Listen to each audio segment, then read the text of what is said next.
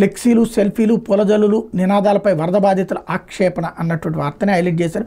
ఫ్లెక్సీలు జై Jagan, CM CM అంటూ వైకాపా నాయకుల నినాదాలు, పూలజల్లులు, వాహనంపై నుంచి అభివాదం చేస్తూ సాగిన రోడ్ షో, ఆగిన చోట సెల్ఫీలు, పిల్లలకు ముద్దులు, పెద్దలకు ఆశీర్వాదాలు. కాకినాడ జిల్లా పిఠాపురం నియోజకవర్గంలో నేలేరు వరద పీడిత ప్రాంతాల మాజీ ముఖ్యమంత్రి జగన్ పర్యటన సాగిందిలా. దీన్ని చూసి వరద బాధితులు ఆశ్చర్యపోయారు అన్నటువంటి వార్తని హైలైట్ చేశారు. మరి కాదంబరి జత్వానీ కేసులో 2 పోలీసులపై వేటు, ఏసీపీ సీఐ సస్పెన్షన్, ఐపీఎస్లు పిఎస్ఆర్, కాంతిరాణా, విశాల్ గున్నెలపై చర్యలకు రంగం సిద్ధం.